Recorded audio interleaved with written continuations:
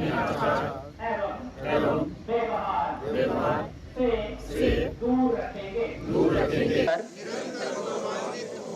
इस मनोभाव को अंगीकार करेंगे।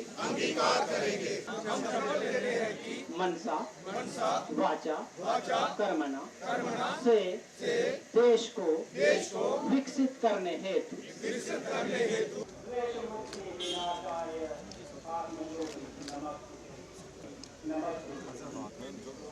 भारत माता की जय।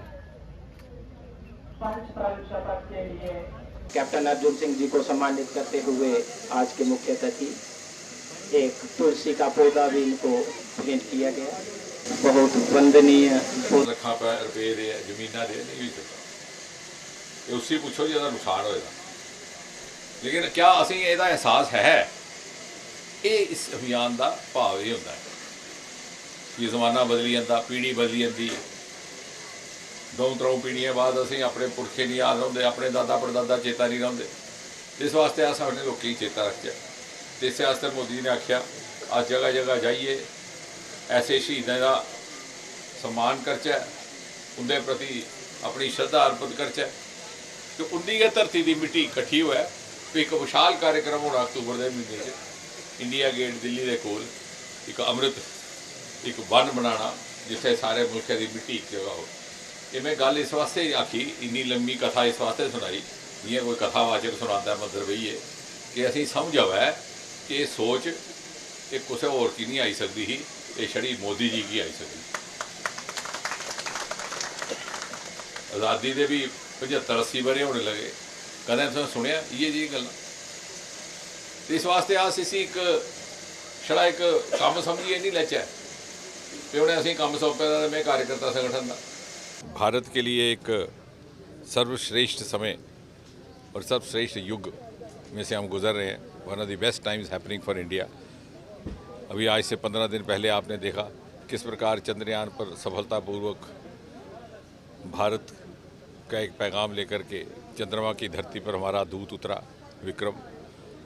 और कल ही श्रीहरिकोटा से पहली बार सूरज की खोज करने को हमारा आदित्य मिशन वहाँ से प्रारंभ हुआ, जिसके विषय में मैंने उस समय कहा था उसी क्षण कि sunshine moment for India.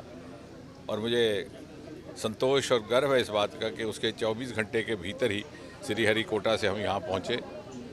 Modi ji ने जो हमें कार्यक्रम दिया है, मेरी धरती मेरी माटी मेरा देश, उसको लेकर के ये शहीदों की धरती को नमन करना, शहीदों का सम्मान करना और इस माटी को कलश में इकट्ठा करके देश भर से जब एक अमृत वन स्थापित किया जाएगा दिल्ली में, उसमें इसको भी शामिल करना।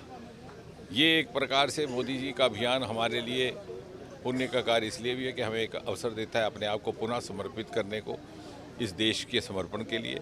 और इसका नाम अमृत, उसका ये भी महत्व कि अब प्रारंभ हुआ है भारत का युग। अगले 25 वर्ष चंद्रयान के बाद और अनेकों ऐसी उपलब्धियों के बाद अब दुनिया भारत की अगुवाई में मोदी जी के नेतृत्व में काम करने को तैयार है। वो ज़माना जाता रहा जब भारत दूसरों की अगुवाई में काम करता था। आज चंद्रयान ने भी उदाहरण के तौर पर सिद्ध कर दिया कि भले ही अमेरिका ने पहला मानव धरती पर उतारा था, चांद की धरती पर सन 1969 में, लेकिन हमारा चंद्रयान था जो वहाँ पर पानी के होने का प्रमाण लेकर के आया। यानी भारतवासियों में प्रतिभा की कभी कमी ना रही, योग्यता की कभी कमी ना रही, मेहनत करने का मादा कभी कम ना था, आंखों में सपने भी थे, अरमान भी थे, आकांक्षाएं भी थी, लेकिन वो अनुकूल वातावरण जो राष्ट्रीय नेतृत्व की तरफ से एक प्रोत्साहन होता है वो हमें मोदी जी ने दिया। और इसलिए हमारा सब दायित्व बनता है और हम इस अभियान के माध्यम से जहां अपने शहीदों को स्मरण करते हैं जिनके कारण हम आज आज़ादी के 75 साल मुकम्मल कर पाए, वहाँ साथ ही साथ अपने आप को समर्पित करते हैं कि आने वाले 25 वर्षों में पूरी ऊर्जा और पूरी क्षमता के साथ 2047 के शताब्दी भारत, विकसित भारत के निर्माण के लिए अपने आप को समर्पित करेंगे। नहीं, मुझे लगता है कोई भी ऐसी बात कहना उचित नहीं जिससे किसी भी आस्था या किसी भी विश्वास को ठेस पहुँचती।